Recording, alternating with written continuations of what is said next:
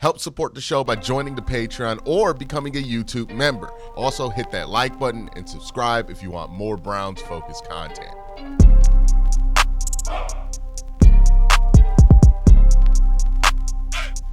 So, I'm not a big fan, as I have stated on this channel multiple times, of extrapolating too much from individual performances from OTAs for a number of reasons, right? OTAs just aren't a great barometer or a great indicator of what's going to happen in the fall or what's even going to happen in training camp. There's a lot of times where you see somebody have a great OTAs and you think they about to kill training camp, and they don't even get to that part where they start killing training camp, right? Like, so OTAs aren't the biggest indicator when it comes to individual play. But what you can tell is, instead of zooming in on the individual level, right, on the micro of it all, it's zooming out on the macro and looking at the overall picture and just how the Browns are structuring this OTAs, what's that's preparing them for when it comes to training camp, and what that means about everything else. Because I think that does paint a more accurate picture of what the Browns are trying to do, especially when you combine it with what they did in the draft and what they've been saying, both their veterans on the team and the coaches, and even Andrew Berry has been saying they've been trying to do. And you're starting to see the foundation take place. The Browns are trying to be way more physical than they were last year. And the tone is already being sent as much as it can be sent in OTAs. If you compare what we were hearing about OTAs last year to what we're hearing about OTAs this year, the one thing that is a constant in everybody's reports, right? I know people have been arguing about who's saying this individual player is good or bad. And I think the reason you're hearing conflicting things about different individual players in OTAs is because it's OTAs. It's not meant for you to evaluate individual play. Trying to evaluate individual play on OTAs is always going to lead to inconsistent results and inconsistent reports, because OTAs just aren't that. That's not what they're there for. But what you do hear about OTAs that are consistent, or that is consistent, my bad, is the pace. It's much faster than previous years. The Browns seem to be doing a lot more team stuff in OTAs and even in rookie mini camps than they did in previous years. It's less individual. It seems like these are, you can't be longer practices because of the CBA, but harder practices. It seems like they are, pushing towards a more difficult training camp or more physical training camp once they're able to get pads on, more team periods, more live periods. This is important because one of the biggest criticisms of Kevin Stefanski, especially the last couple of years, has been his handling of the physicality of training camp. It's not been very physical, right? I have seen some training camps where the coaches are making a point to be super physical. Oddly enough, I think Rob Chazinski was like a super physical training camp guy. Obviously, Eric Mangini was a super physical training camp guy. Hugh Jackson was kind of a super physical training camp guy too. So not to say that being physical in camp always breeds success. It doesn't, right? But it is different than what Kevin has been, where if you go to a Kevin Stefanski training camp practice, anybody who's done it before, you got to brace yourself for the lack of football that you're going to actually see. It's going to be a lot of individual drills and maybe 2 periods of team drills during the whole practice. And even the team drills, not going to be very physical, right? Very limited contact, even when they're in pads. Kevin has not run a very physical camp. He's run a very let's play it safe in case of injury camp, right? And that seems to be where a lot of people who are in that same genre of coach that Kevin has been in have kind of stayed. But this is Kevin kind of stepping out of that and looking to have a much more physical camp than he's ever had as head coach of the Cleveland Browns. We're going to throw to this video from Greg Newsome where he's talking about camp and what's different so far and what he expects once he gets back. It's been great. I wasn't here last week just because I had stuff with the baby. But, since I've been here from OTA, like from the beginning of the offseason program, like we've been getting after it. Like I can tell there's a big difference between this year and last year already, and just the intensity of the workouts and just how guys are really buying into the program. Like, you don't see too many guys complaining. So I think everything's going great right now. He's not the only one. Joe Batonio has talked about this. Everybody at the camp has talked about this, that has experienced the camps from last year. I know from talking to people who are covering the Browns in Berea every day, that there seems to be a much the vibe seems to be much better with the players, and the players seem to be more locked in and more in agreement of what they're being asked to do. And there also seems to be more of a focus on physicality. And then you look at what the Browns did in the draft and where they spent their free agency money, right? The Browns spent free agency money on offensive linemen and Cornelius Lucas and Tevin Jenkins.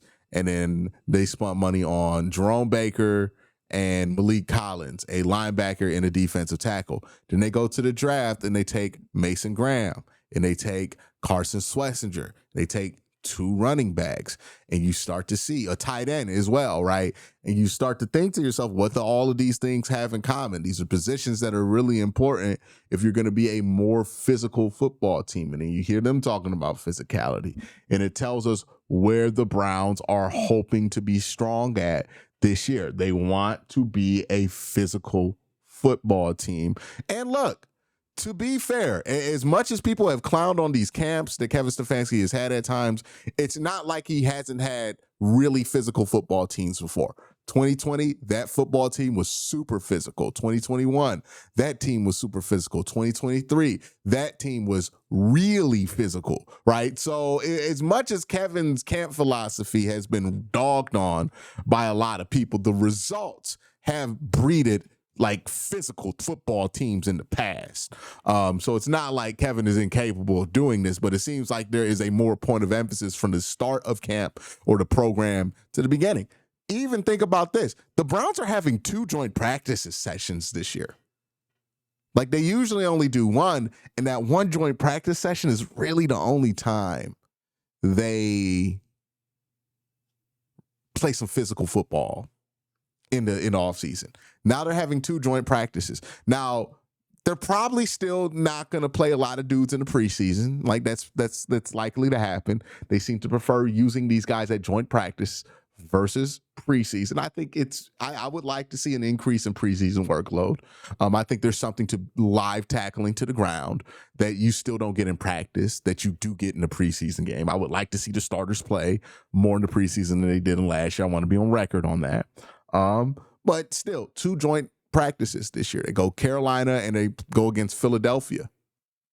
This is a clear and obvious plan from the front office to be more physical. And I think we're seeing the benefit of, one, keeping Kevin long-term and allowing him to develop and grow, right?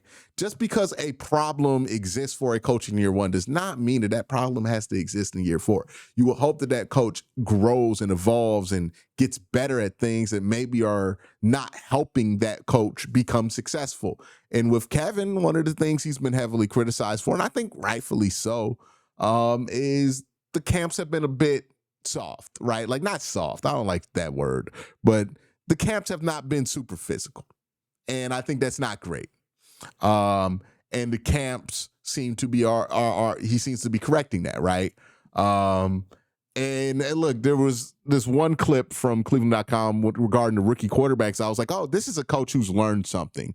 Because let's play the clip real quick. Okay, the most interesting thing, I think, from Kevin, you literally just put up a story on this minutes before we started recording. Shedeur Sanders, even though we didn't get to see it when we were out there on Wednesday, he is doing 11 on 11s when we haven't been out there. Yes, and much was made last week when we were there that he did not participate in any of those coveted team drills. But Kevin revealed that when we were not there, behind closed doors, he was in fact taking some 11 on 11s. And I think that's good for him. I think they all need to be on somewhat of a level playing field. He added, of course, that when we get out there again on Wednesday, that he should be in some of those team drills again. And then when we are making comparisons amongst the quarterbacks, it should be a little bit more of a level playing field.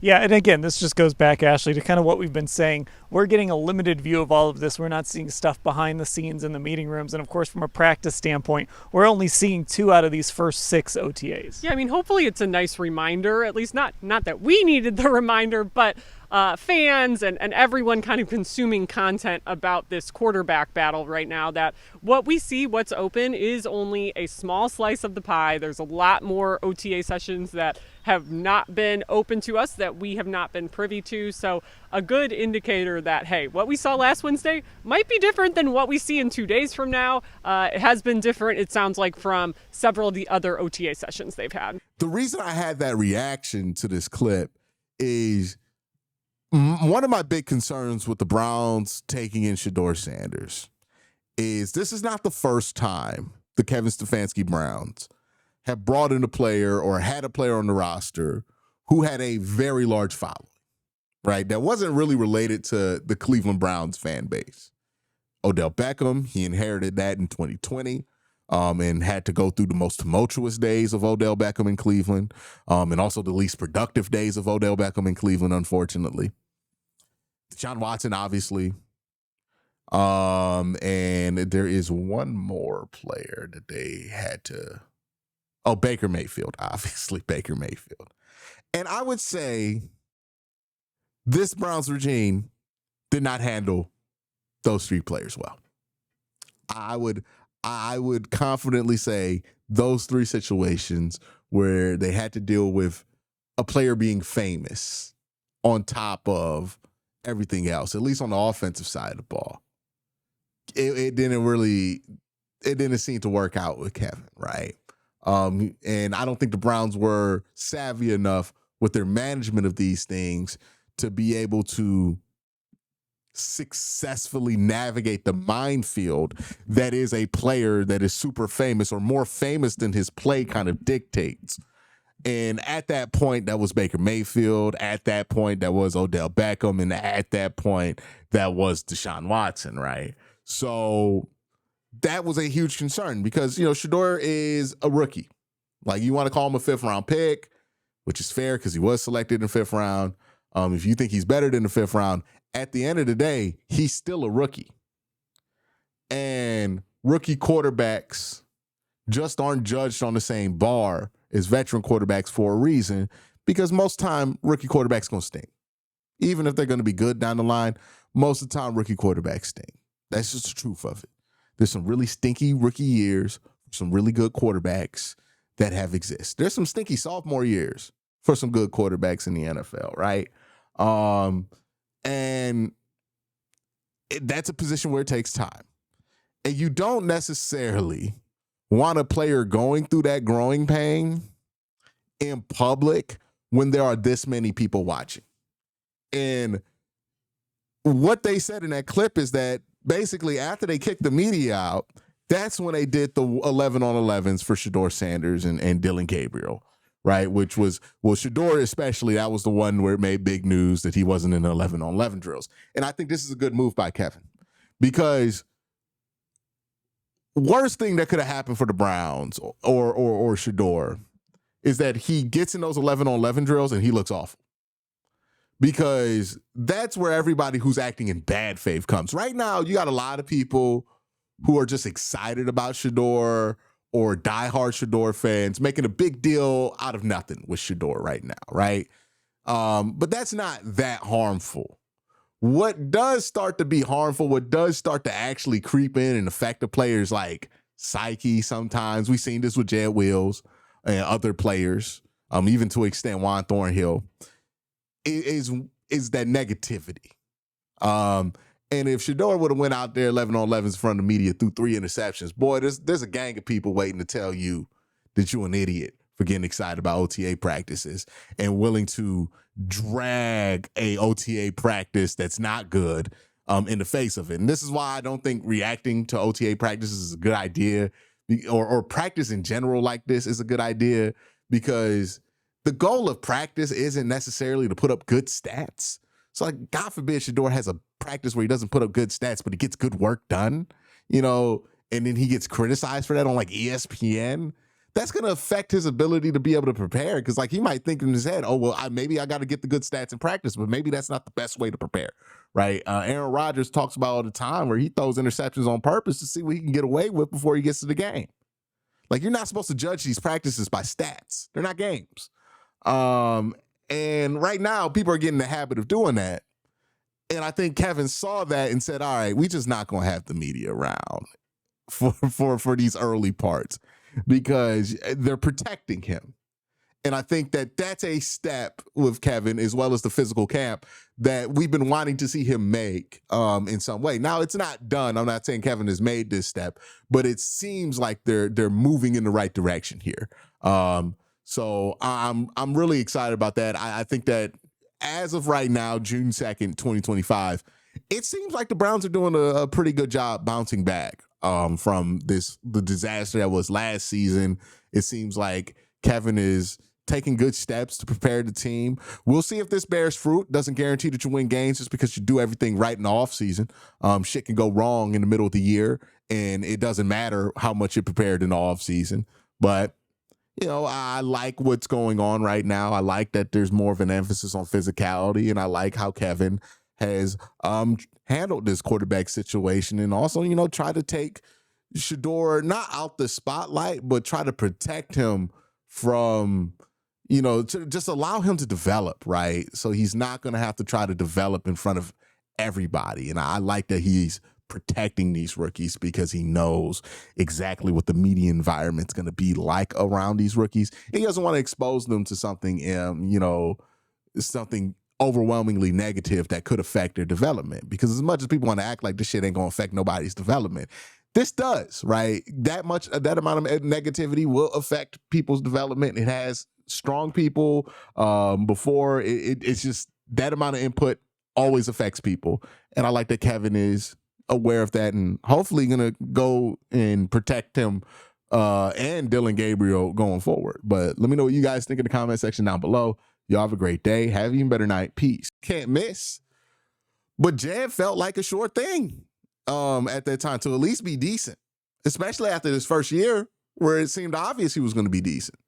But hey, can't count your eggs before they hatch. And sometimes it takes longer for these eggs to hatch than you would think. Sometimes you count them as hatching, you know, they ain't really hatched yet. It's wild. Well, maybe you can't count your chickens until they leave the nest. How about that? Is that better? Or your birds before they leave the nest? Because Jed did hatch. He never left the nest. Maybe that's the better analogy. Y'all let me know in the comment section below. But yeah, this Jed Wills thing is just fascinating to me. The turn that it's taken over the last couple of years, and like Jed Wills' dedication, or at least apparent dedication, to making this situation look worse for him. Maybe it works out for him, right? Maybe he gets healthy, comes back, plays, gets really good, shows the world what he's capable of. Maybe that's the case. Maybe he's had some lingering issues. This has been bothering him for a while that he feels like he can't deal with. But the thing about playing left tackle in the NFL is that's part of the job, right? If you can't play well with injuries, then you're not a really good left tackle, because you got to learn how to play with injuries, because that's just part of the expectation, is that you play through injuries as a left tackle. It's just what it is. So even if the excuse is he wasn't healthy, he needs to be healthy, the reality is that Jed needs to be able to play well when he's not healthy. So making this move just seems fascinating. Maybe he's just trying to save face because nobody wants to sign him. But I don't know. I mean, I don't think this is saving face at all. The only person this is making feel better is maybe Jed Wills for 30 minutes. You know, maybe it saves his pride for like 10 minutes. But reality is going to creep in sooner than later if that was the case for this. Either way, it's a real bad look. Y'all let me know what you think in the comment section below. Have a great day. Have an even better night. Peace.